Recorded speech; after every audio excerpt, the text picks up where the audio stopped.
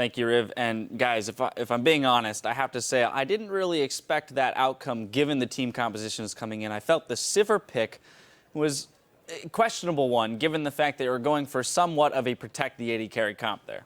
Yeah, it's protect the Sivir, the 500 range, 80 carry. It worked out, though. Cop got a lot of kills on himself. He was able to play into the composition perfectly, because this is a comp that wants to fight you out in the open. They want to run you down in the jungle. They want to stay away from walls because of Gnar. So fighting in those mid lane, like really long lanes without walls, and you just stay in the middle and black shield stuff, is how this team operates. Because you can't break sieges because you have no ranged wave clear, with Sivir not being at risk. And you don't have a way to siege yourself. So you can't break sieges or siege yourself. So they want to run you down in the open, then get turrets after that. Yep, and the cool thing is this comp is, of course, good at running you down. Kassadin, Morgana, Nunu, Sivir, all these things are very good at that. What's interesting, though, is that Team8 presented them with so many opportunities to find good battles. Normally, a comp like this is not a good team-fighting team, right? Kassadin's not really good at knocking out a Gnar, nor is Sivir. Like, the comp kind of shouldn't work from Gravity, but there were enough factors that made them win anyway. The biggest, to me, was actually their ability to funnel farm. Cop managed to stay more than 10 CS a minute the entire game. We heard the commentators talk about it. He's sitting there getting, 6 full items. Zephyr sells Shiv for Phantom Dancer, like the 80 carry dream, essentially. And that's going to win you an all-out team fight. Like, okay, Kassadin's going to suck, whatever. Maokai's going to tank, that's fine. Nunu, not the best Sivir, I don't care, because it's 6-item blood-boiled Sivir. Congratulations, we win some team fights. And that was a condition that Gravity made that Team8 failed to actually get for their own 80 carry.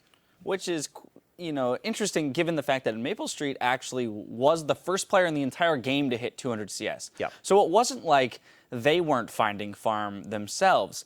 But things seem to rather slow down quite a bit once they hit that mark. Right. It's an underappreciated objective in League of Legends is minion kills, right? We talk about teams like, oh man, they're up 3 turrets to 0, and the map positioning is nice, but those 3 turrets are worth 2,200 gold.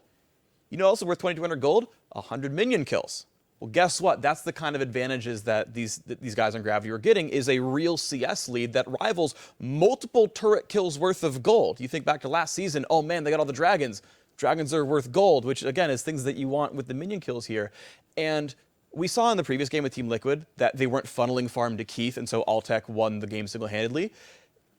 While they were trying to funnel farm onto Maple Street because Maple was getting the most farm in the team, they weren't grabbing the farm from the other lanes. People are at 200 CS in a 40-something minute game, which is really poor sort of catching of minion waves. You're letting so much farm fall away not getting grabbed, and that's thousands and thousands and thousands of gold that are being given away for no reason. Yeah, and the thing too is they weren't actually pushing the waves up like you were saying and then sieging, because they had the superior siege composition.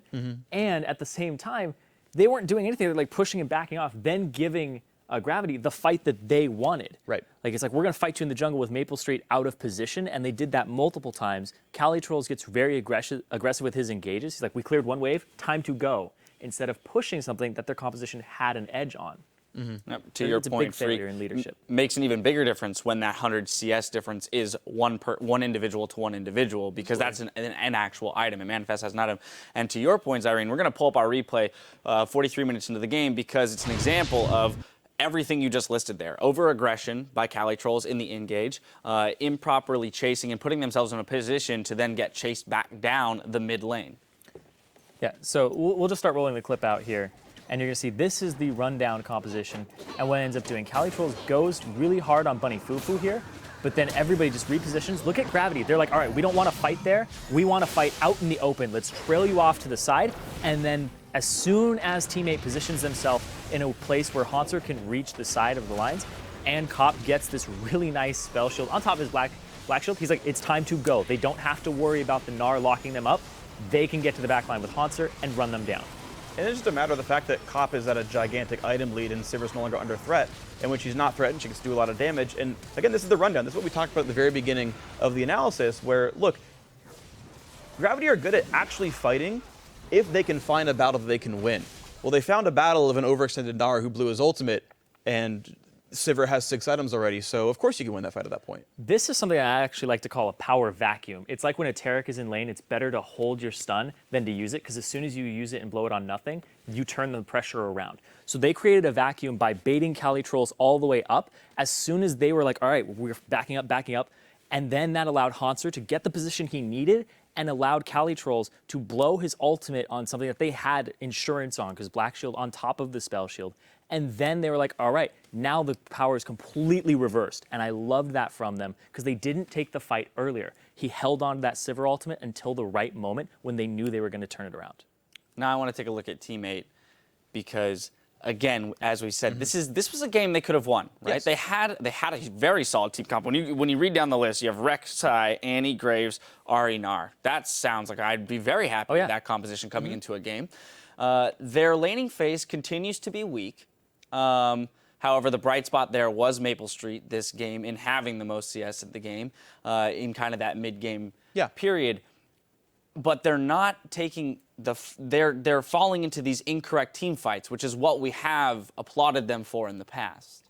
Yeah, there's a way to think about it in terms of decision making, where it's like sometimes the right choice is just go hit them, everyone press R, blow up the champion. Sometimes that is actually the best choice, but that's kind of the only play in their playbook, right? You have the ability to make all these picks with, Graves ulti, with Ahri doing all these cool things. Rek'Sai can do all these fun flanks and whatnot. They had a situation where they took down the middle inhibitor and had a gold lead, and it's like, that should be a 95% winning scenario, where like, I have map control, for sure, you can't contest because we're ahead, and your mid lane's dying. You have complete impunity to control all the vision. You can play for dragons, you can play for Baron, you can play for all the all the tier 2 turrets. All of those should be yours for the taking if you put yourself to controlling the pathway around that. And that is not something that Team 8 did very effectively. If they can extend that playbook, they can turn those kinds of leads into actual wins, but they don't have that yet. Yeah, and you have to set up the conditions for the fight. Like you said, sometimes hitting R and going in is the right thing, but you don't want to run when it's raining on mud. Because they're just like, all right, I want to get in there. And then they end up being like, we took a fight with a poor position. They outplayed us. Like, that was straight up Gravity outplaying them and being like, we need this and this to be the conditions of our fight. And then they handed it right to them. Because that just blows my mind, too. Because Team 8 was like, even that fight off in the side of the jungle, Maple Street's getting flanked on. All these different fights where Calitrolls is going in by himself. They are not setting up the conditions of their advantage. Like, you can't break a siege. Go push turrets. Go push a turret. Like, you don't have to fight them. Yeah. Sometimes it's the right thing. Sometimes it's definitely the wrong thing. Sometimes you put the pressure of the possible fight on them. Right. That's what you need to do, is know what you can do and know that the enemy has to respect you at certain points and press that. You don't have to do it. Just press the threat of it. I'm not going to lie. What I got out of that was that Zyrene doesn't like mud runs. No, I hate mud runs. Regardless, Gravity, though, pulling out a composition that a lot of people didn't really expect or would have assumed to have success, but they found success regardless. So a good, solid win for them. Now, keep it tuned right here, because after these messages, we're going to check in on the conversation happening over on Twitter. Then it's back onto the Rift for Game 3, Cloud9 versus Team Impulse. Stay with us.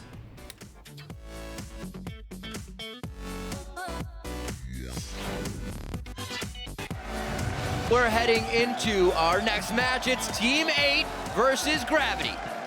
They got Maple. Maple Street goes over the wall thinking he had enough safety from just Calitrolls himself. They do turn it. Now the team is going to be forced to follow Cali. This is what Team 8 is all about. On to Bunny Fufu and Cop on the back line. Can we still win? We can Shield still up, win. shield up. They're so low, they're so low. Alright, he's dead. Alright, he's dead. Graves. He's Nice. dead. Push mid, push mid, push mid. The fifth dragon may not go to Gravity. It's picked up by Keen. Aspect to the dragon for Gravity as they jump into the fight. A double, a triple kill for Cop, a quadra kill for Cop. Game 2 is going to be Gravity taking down Team 8.